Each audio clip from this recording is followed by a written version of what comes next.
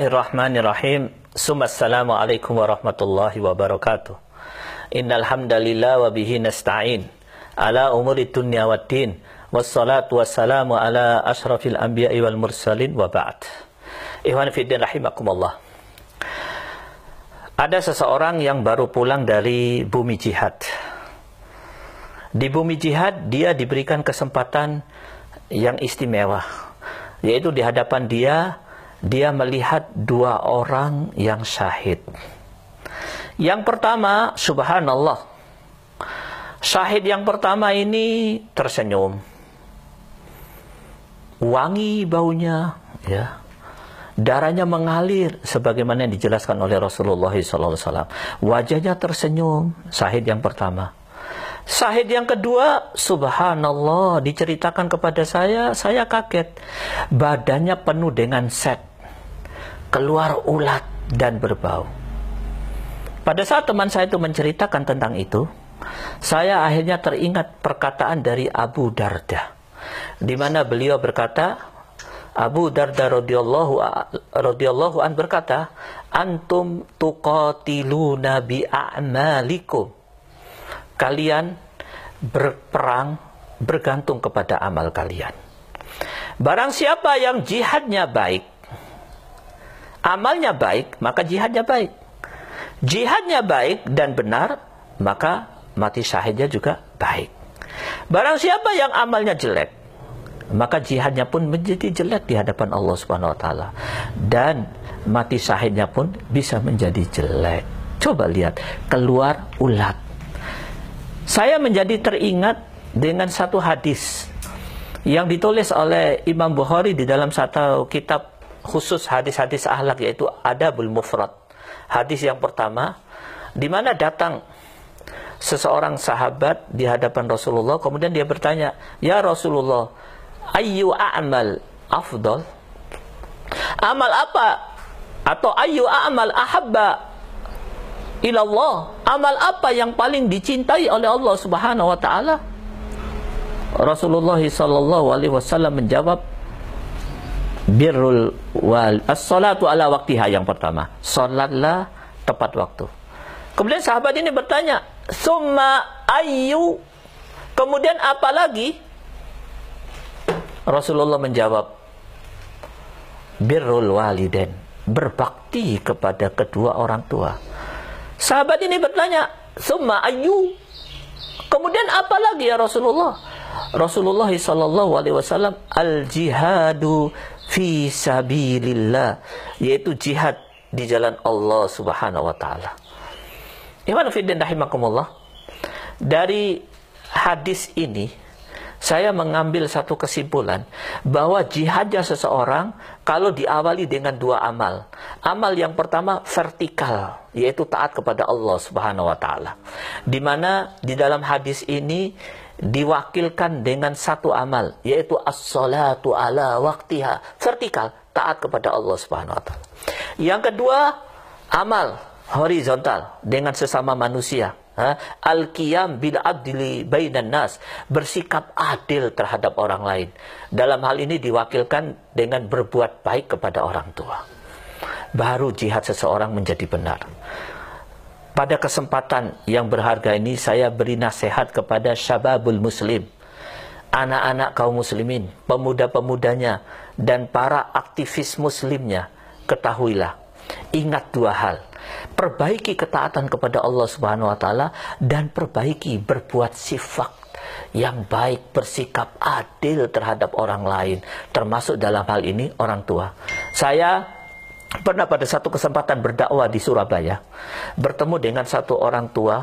Sambil menangis dia berkata, "Ustadz, anak saya aktivis muslim, ya, Masya Allah, ibadahnya di masjid tepat waktu, kemana-mana bawa Quran, dakwanya bagus. Cuman sayang ya Ustadz, dia keras terhadap saya." Sambil menangis, bapak ini keras terhadap ibunya, ya, tolong Ustadz nasehatin.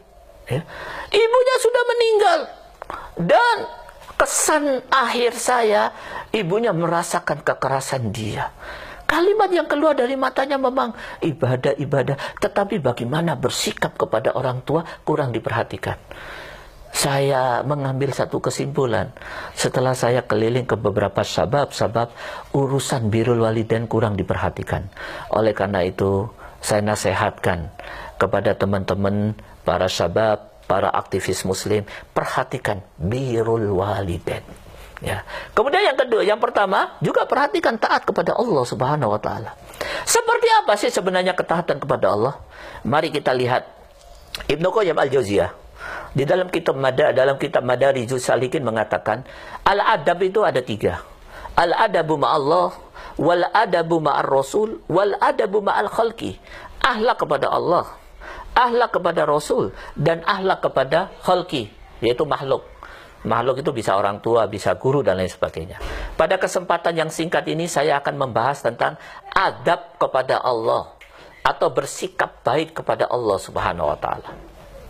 Adab kepada Allah itu apa sih? Saya ambil satu contoh adab kepada Allah. Ya. Contoh sholat. Kalau sholat melihat tempat sujud. Tidak boleh sholat lihat depan atau ke atas. Tidak beradab. Atau waktu sholat ada mutaharuk, tidak goyang-goyang, tidak garuk-garuk, tetap tidak bergerak. Itu adab kepada Allah. Tapi kata Ibnu Qayyim, itu adab yang kecil. Ada 3 adab kepada Allah yang paling besar, dan kalau tidak dimiliki oleh seseorang, maka adab atau akhlak kepada Allah yang kecil menjadi tidak bermanfaat. Adab kepada Allah yang harus diperhatikan oleh setiap muslim, yang utama itu ada 3 kata Ibnu Qayyim, dan ketiga-tiganya berkumpul di dalam satu ayat. Yaitu Allah Subhanahu wa taala berfirman, "Fala wa rabbika la yu'minun hatta yuhaqqimuka fima shajara bainahum, summa la yajidu fi anfusihim harajan mimma qadait wa yusallimu taslima." Yang artinya di dalam bahasa Indonesia, dan ayat ini terdapat di dalam surat An-Nisa ayat 65. Ayat ini istimewa karena Allah bersumpah diawali dengan fala wa rabbika, sumpah dengan menyebut nama dirinya. Biasanya Allah bersumpah dengan menyebut nama makhluk, wal laili, ya, wan nahari, demi masa, wal asri. Tapi khusus untuk ayat ini, wa rabbika, demi Rabbmu, la yu'minun, mereka semua tidak dikatakan beriman sampai memiliki 3 akhlak. Akhlak yang pertama at-tahkim, yuhaqqimuka fima shajara bainahum, menjadikan Rasulullah sebagai hakim, penyelesai urusan di antara kalian, dan menjadikan Al-Quran yang dibawa oleh Rasulullah sebagai hukum untuk menyelesaikan urusan kalian. Yang pertama.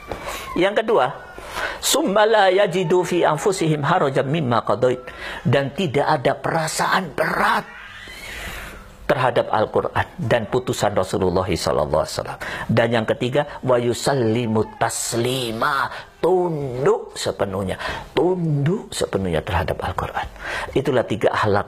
At-tahkim, adamul haraj, tidak keberatan pada saat hukum Allah mengenai diri kita. Dan yang ketiga, at-taslim, tunduk sepenuhnya.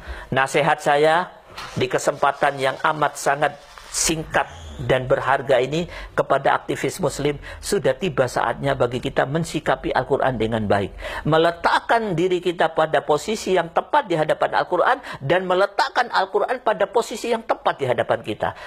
Jangan merasa puas hanya bisa membaca, dan jangan merasa puas hanya bisa melakukan atau menghafal. Tapi yang paling penting, jadikan Al-Quran sebagai landasan kehidupan. Allah Subhanahu wa taala berfirman dengan satu kalimat yang singkat di dalam surat 43 ayat 43. Fastamsik billadhi uhiya ilaika innaka ala siratim mustaqim.